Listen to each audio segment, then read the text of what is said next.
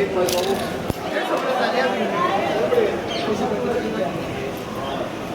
साहब ऐसे कैसे पता चलेगा?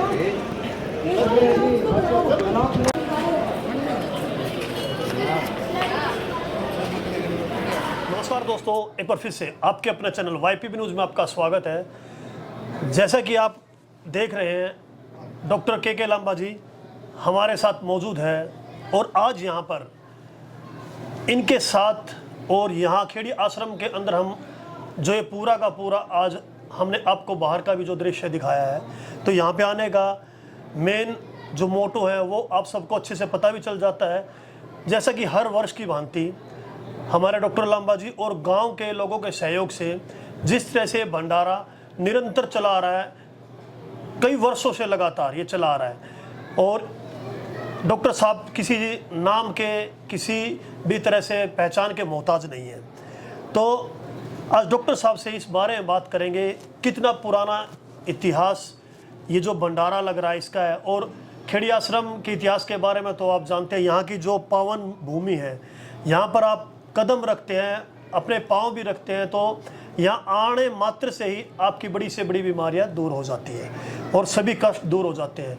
बाद में बात आती है दवाई लेने की, उपचार कराने की। और उससे पहले भी मैं आपसे जैसे वीडियो शेयर करता रहता हूँ, तो आपके हर टाइम मेरे पास फ़ोन पे फ़ोन आते रहते हैं कि क्या टाइम होता है। हालांकि मैं आपको बताता रहता हूँ कि इस टाइम ये टाइमिंग है, ये फ़ोन नंबर, ये कॉन्टैक्ट है, फिर भी आप के कॉल्स वगैरह मेरे पास आते रहते हैं। तो पूरी की पूरी डिटेल जो है आज डॉक्टर साहब से हम जानेंगे, कितने सालों से ये भंडारा चला आ रहा है। डॉक्टर साहब बहुत बहुत स्वागत है आपका। आप सबका भी स्वागत है।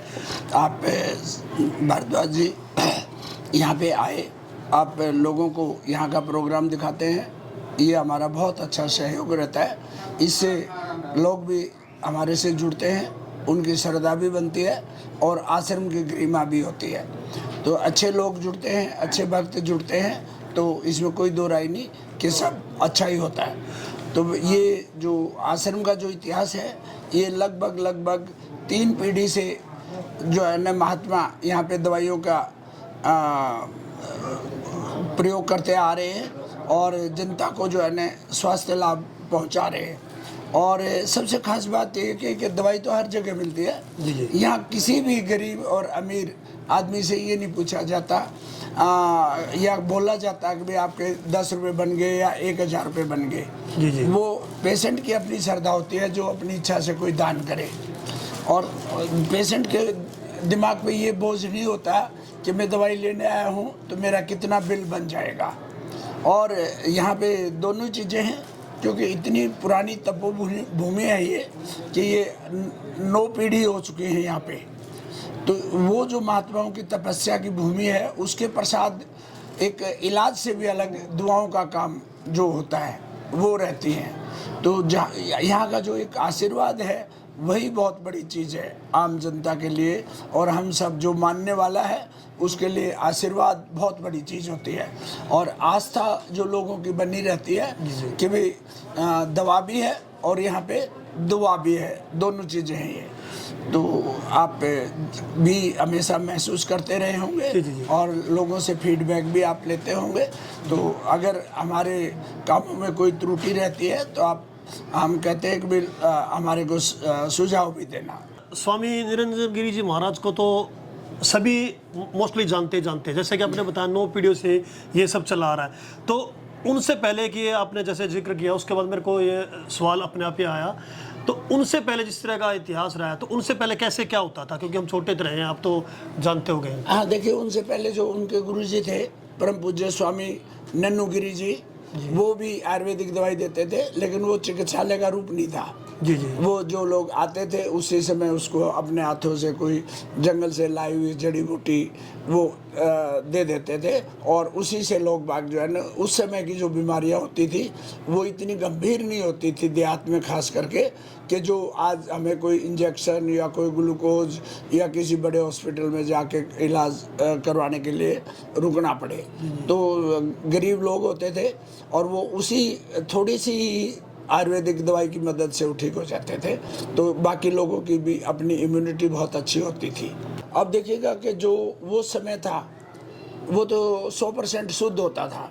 जी जी आज मैं खुद डॉक्टर हूँ, मैं ये मानता हूँ कि भाई आज मुझे जो है ना 25 देसी घी के टीन की ज़रूरत पड़ी, मैंने 25 टीन शहर से खरीदा, दुकानदार ने 1 मिनट में ला के दे दिया मेरे को।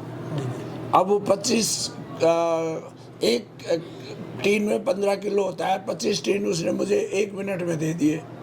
अगर मैं 100 टीन मांगता तो 100 में भी वो 1 ही मिनट लगाता। तो आस्था जुड़ी हुई है यहाँ के। हाँ, लेकिन आस्था जुड़ी हुई है। और तो उससे जो है ना, तो जितना मार्केट में आज जितना शुद्धतम होता है हम उसको खरीदते हैं और उसी से, और ये हम नहीं खरीदते, ये आम जनता के सहयोग से ही खरीदा जाता है और वही इसमें पूरा सहयोग लेते हैं और उसमें उनको आनंद भी आता है, उनको तृप्ति भी होती है। और ये एक आयोजन करके जब उनकी सहयोग रहता है तो हमारा भी हौसला बढ़ता है, हम भी एक कदम पीछे नहीं रहते। डॉक्टर साहब, जैसे कि हम देख रहे थे हर साल बड़े बड़े ऐसे महापुरुष जो एक साथ यहाँ पे दिखाई देते हैं, कहीं मतलब ये ओकेजन जब भी होता है, अवसर जब भी मिलता है आसपास के लोगों को, तो सारे एक साथ महापुरुषों और बड़े से बड़े डॉक्टर, शहर के साथ साथ बाहर से भी यहाँ पे डॉक्टर आते हैं, तो लोगों को उनसे मिलने का भी मौका मिलता है कहीं ना कहीं। बिल्कुल, आम जनता को के बीच में जो है ना, लगभग आज भी हमारे पास 400 साधु आए हुए हैं जिन्होंने यहाँ पे प्रसाद ग्रहण किया, उन्होंने अपने दर्शन यहाँ पे दिए और आश्रम के दर्शन यहाँ आके किए।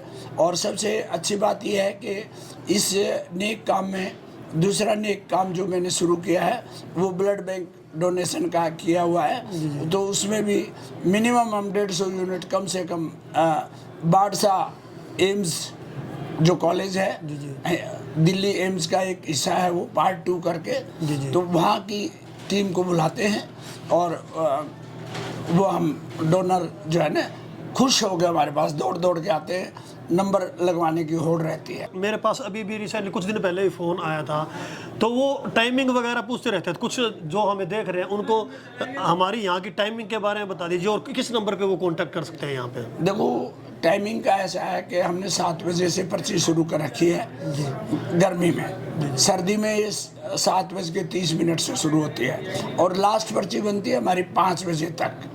तो इसमें लगभग हमारी 200 और 250 की एवरेज ओपीडी हमारी रहती है। अगर हम 200 पेशेंट की भी ओपीडी काउंट करें तो एक रोगी को 3 मिनट मिलती हैं। तो 3 मिनट में आप देखो कितने 200 या 600 मिनट होगी, तो 600 मिनट में 10 घंटे बन जाते हैं। तो ये तो मतलब कम से कम है। और 250 होते हैं तो समझो और थोड़ी हमें स्पीड बढ़ा के और काम करना पड़ता है। और किस नंबर पर वो जो पर्ची होती है जो हमारी यहाँ की धर्मार्थ हॉस्पिटल, लेकिन उसी के ऊपर नंबर होता है, उसी पे नंबर होता है 1 2 3 4 से। अच्छा, उन्हीं के ऊपर कॉन्टेक्ट कर सकते हैं। एक ईयरली हमारा नंबर होता है, 1 अप्रैल से शुरू होता है जो, और 31 मार्च तक खत्म होता है फाइनेंशियल ईयर का। हम बस देखिएगा कि 2 चीज़ें हैं, हमारा जो सेवा है वो निस्वार्थ सेवा होती है। हमें ये तो है नहीं कि भाई कस्टमर आ गया और हमारे को जो है ना चलो कुछ न कुछ इससे हम ग्रहण करें। हम तो हमारी इच्छा यही होती है कि भाई हम उसकी क्या योगदान कर सकते हैं, उसकी क्या मदद कर सकते हैं, उसकी किस समस्या को हम बीमारी को दूर कर सकते हैं। तो ये दोस्तों धर्मार्थ खेड़ी के अंदर जो है धर्मार्थ औषधालय है, यहाँ पर निरंतर लोगों का आना जाना रहता है। जिस टाइम पे आप यहाँ विजिट करोगे, जब यहाँ पे आपका आना होगा, तो आप अपने आप ही यहाँ पर देख लोगे किस तरह का यहाँ पर लोगों का आना जाता है, किस सेवा भाव से यहाँ पर सेवा की जाती है। तो यहाँ पर पेशेंट आते हैं और जो हमें सुन रहे हैं उनको मैसेज क्या कुछ देना चाहिए? मैसेज तो यही है कि भाई जो भी लोग कोई गरीब रोगी अगर है तो वो ज़रूर इस हॉस्पिटल का जो है ना फ़ायदा उठाए। उसकी कोई ना कोई समस्या ज़रूर करेंगे और निस्वार्थ भाव से करते हैं और निस्वार्थ खर्चे से करते हैं। उसको खर्चे की कोई टेंशन लेने की ज़रूरत नहीं होती। वो चाहे गरीब है चाहे अमीर है, वो उसकी अपनी इच्छा पे निर्भर करता है। और दूसरा हम ये बता दें कि समय जब काम करना होता है तो समय ज़रूर लगता है। जी जी, आपाधापी में फिक्स दवाई नहीं होती कि भाई फटाफट निपटा दिया कि लब है, हमने तो 10 रुपये से मतलब है, हमें तो 800 रुपये से मतलब है, वो ऐसा नहीं होता। तो एक रोगी को कम से कम 3 मिनट लगती है। और जहाँ तक रोगियों का सवाल है, देखिएगा मैं कहता हूँ कि हरियाणा, पंजाब, राजस्थान, यूपी, दिल्ली, चंडीगढ़ ये लोग तो हमारे पास रूटीन में आते हैं।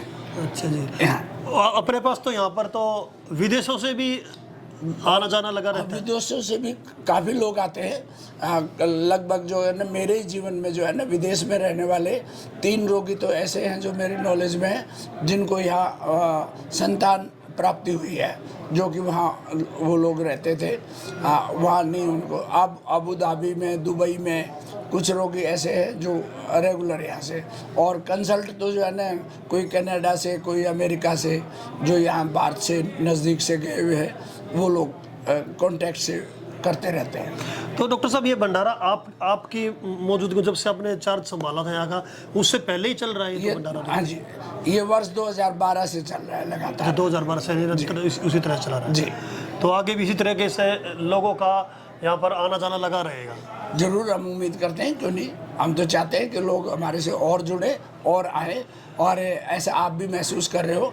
किसी कोई समय था, उस समय हमारे पास जो सबसे पहला बड़ा भंडारा हुआ था, उसमें लगभग 3000 लोग शामिल हुए थे, और आज हमारे पास लगभग 8000 लोग आए हुए हैं। कि यहाँ पे किसी भी तरह की कमी नहीं रहने देते। कोशिश होती है, हमारी प्रयास ये होती है, क्योंकि अगला सब सामने वाला दुखिया होके आ रहा है, तो हम क्यों ना उसकी मदद करें। जी जी। तो ये हमारे साथ थे डॉक्टर के लांबा जी, कृष्ण कुमार लांबा जी, और इसी तरह से हम आपको खेड़ी आश्रम से जब भी कोई ऐसा हमें मौका मिलता है, हमारा भी सौभाग्य रहता है कि यहाँ पर आएँ और डॉक्टर साहब के आपके विचार और आशीर्वाद लेने का इस बहाने हमें भी मौका मिल जाता है। बहुत बहुत धन्यवाद भारद्वाज जी, बहुत बहुत धन्यवाद। आप ये एक मैसेज पता नहीं कहाँ कहाँ कितनी लंबी चौड़ी दुनिया तक आप फैलाते हो, जो कि हम नहीं कर पाते, और लोग जो है ना इसका भी फ़ायदा उठाए, हमें इसमें भी प्रसन्नता होगी। तो दोस्तों, आप सबको अब तो जो जानकारी आपके नॉलेज में नहीं थी, वो भी आपके बीच में मैं साझा कर चुका हूं। तो इस वीडियो को जितना हो सकता उतना शेयर करें, ताकि आपको आने में यहाँ पर खेड़ी आश्रम महम से मात्र 2 किलोमीटर की दूरी पर ही ये खेड़ी आश्रम है, जहाँ पर आप मिल सकते हैं। डॉक्टर साहब आपको मिलेंगे, और भी जो यहाँ का स्टाफ है, बड़ा ही मिलनसार स्टाफ है। आप यहाँ पर आने मात्र से ही आपकी बड़ी से बड़ी बीमारियाँ ठीक हो जाएंगी। तो यही उम्मीद के साथ मैं चाहूँगा कि इस वीडियो को जितना हो सकता उतना शेयर करें। गूगल मैप पे श्री शिवानंद चैरिटेबल हॉस्पिटल महम लिख दिया जाता है, तो मैप अपने आप रास्ता बता देता है।